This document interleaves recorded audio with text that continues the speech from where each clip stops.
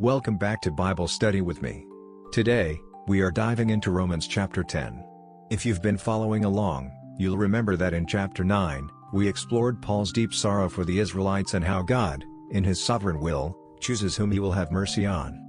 Now, in chapter 10, Paul continues that same heartache, but he shifts from theology to a powerful message of hope, that salvation is available to everyone. Jew or Gentile, male or female, poor or rich, anyone who calls on the name of the Lord can be saved. Let's go through this slowly and understand what it really means.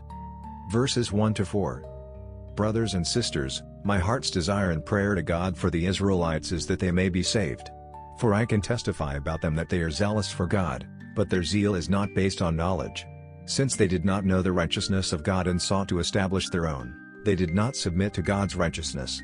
Christ is the culmination of the law so that there may be righteousness for everyone who believes. Paul starts with a tender confession.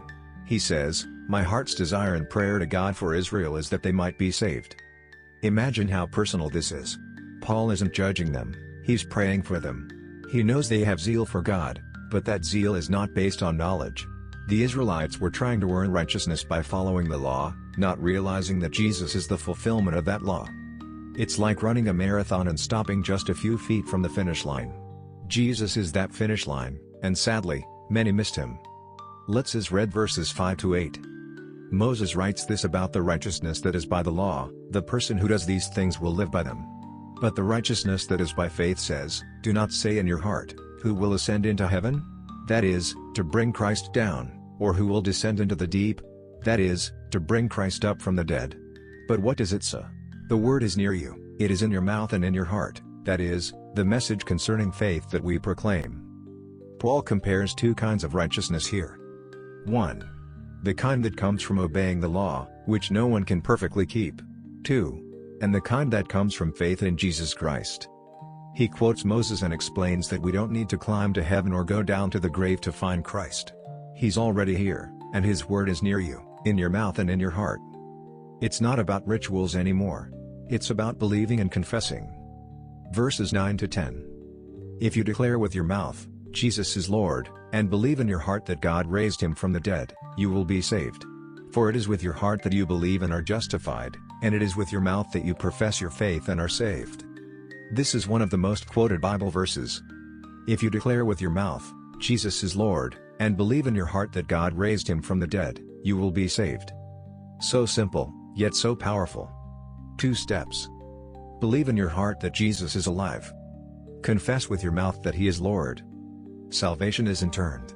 It's received. Let's read verses 11 to 13.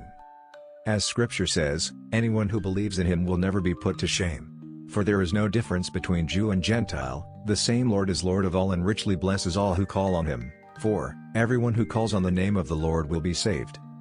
Paul reminds us that anyone who believes in him will never be put to shame. It doesn't matter if you are Jew or Gentile, God doesn't show favoritism. Everyone who calls on the name of the Lord will be saved. Let that sink in. Everyone. That means you. That means your neighbor. That means the prisoner, the addict, the proud, the broken. No one is beyond God's reach. Romans 10 verses 14 to 17 talks about the urgency of sharing the gospel. Let's read. How, then, can they call on the one they have not believed in? And how can they believe in the one of whom they have not heard? And how can they hear without someone preaching to them? And how can anyone preach unless they are sent? As it is written, how beautiful are the feet of those who bring good news. But not all the Israelites accepted the good news. For Isaiah says, "Lord, who has believed our message?" Consequently, faith comes from hearing the message, and the message is heard through the word about Christ. Paul asks a series of questions. How can they believe in Jesus if they've never heard of him? How can they hear unless someone tells them? And how can someone tell them unless they are sent? That's why sharing the gospel matters. You don't need to be a preacher in a church. You can share the gospel through your story, your words, your YouTube videos, your life. Paul quotes Isaiah, "How beautiful are the feet of those who bring good news." We are all messengers. You're not just saved to sit down, you're saved to speak out. Verses 18 to 21. But I ask, did they not hear? Of course they did. Their voice has gone out into all the earth, their words to the ends of the world. Again I ask, did Israel not understand? First, Moses says, "I will make you envious by those who are not a nation, I will make you angry by a nation that has no understanding." And Isaiah boldly says, "I was found by those who did not seek me, I revealed myself to those who did not ask for me." But concerning Israel he says, "All day long I have held out my hands to a disobedient and obstinate people." Paul closes the chapter with a reflection. Israel heard the message, but many still rejected it. He quotes Moses and Isaiah to show that this rejection was already predicted. God says, "I was found by those who did not seek me, I revealed myself to those who did not ask for me." That's us, the Gentiles. But even after all this, God is still reaching out to Israel. Paul quotes God saying, "All day long I have held out my hands to a disobedient and obstinate people." God is patient. He's always inviting, always reaching. Even when we walk away, He keeps calling. Romans 10 is a reminder that salvation is not complicated. It's near. It's available. And it's offered freely to everyone. Believe. Confess. Be saved.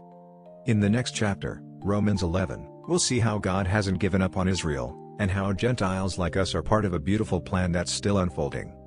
If today's message touched you, don't forget to like this video, share it with a friend, subscribe for Romans 11, and turn on your notification bell. Jesus is near, right now, in your heart and on your lips.